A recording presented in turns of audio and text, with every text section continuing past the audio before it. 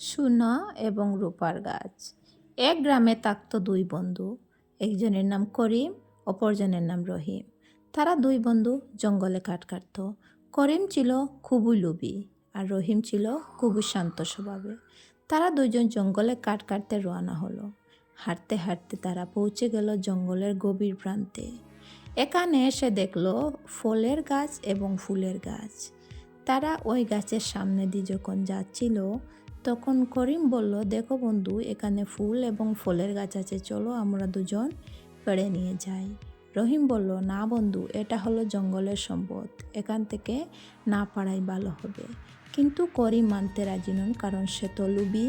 কিন্তু রহিম বারবার বারণ করার পরেও করিম বলল, না, আমি ফল পারবো।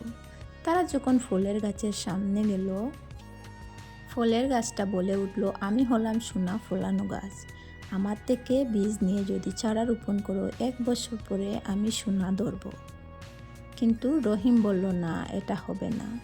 ওদিক থেকে ফুলের গাছটা আবার বলল, আমি হলাম রূপো ফলানো গাছ, আমার থেকে বীজ নিয়ে যদি 1 বছর যত্ন করে ভালো মাটিতে পুঁতে রাখো, তাহলে আমি রূপো হয়ে উঠব, রূপো ফলন দেব।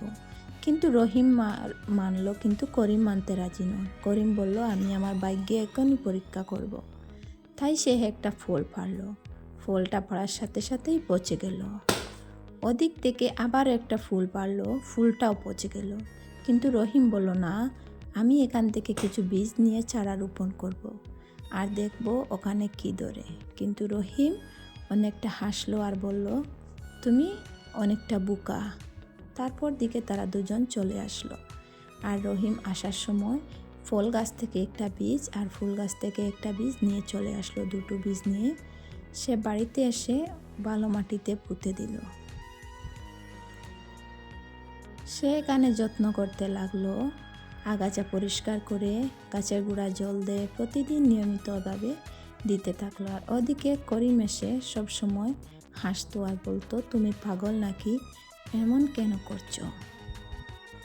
করিমের মনে আবারও লোভ জাগলো। সে ভাবলো, আবারও যাই, আমি কিছু ফল চুরি করে নিয়ে আসবো। কিন্তু ওখানে গিয়ে দেখলো ফুলের আর ফুলের গাছটা ওখানে নেই। পরদিকে রহিম তো গাছের গোড়া যত্ন করতে করতে গাছগুলা অনেকটা বড় হয়ে গেছে।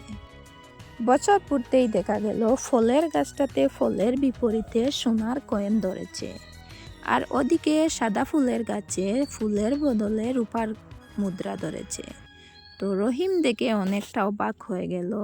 তারপরে সে রূপর গাছ থেকে একটা কয়েন আর সোনার গাছ থেকে একটা কয়েন তুললো, নিয়ে তার কুটিরটাকে অনেক সুন্দর করে সাজালো আর গ্রামের মানুষদের সাহায্য করতে আরম্ভ করলো। এভাবে সে অনেক সুখে দিন কাটাতে লাগলো। তখন করিমের অনেক আফসোস হলো। সে দৌড়ে গিয়ে রহিমের কাছে ক্ষমা চাইল আর বলল, আমি অনেকটা ভুল করেছি। পরদিকে রহিম বলল, এত লোভ কিন্তু ঠিক নয়। লোভ করলে মানুষ কখনো কোনোদিন সম্পত্তিশালী হতে পারে না, আর ধন সম্পদ ধরে রাখতে পারে না। করিম তার ভুল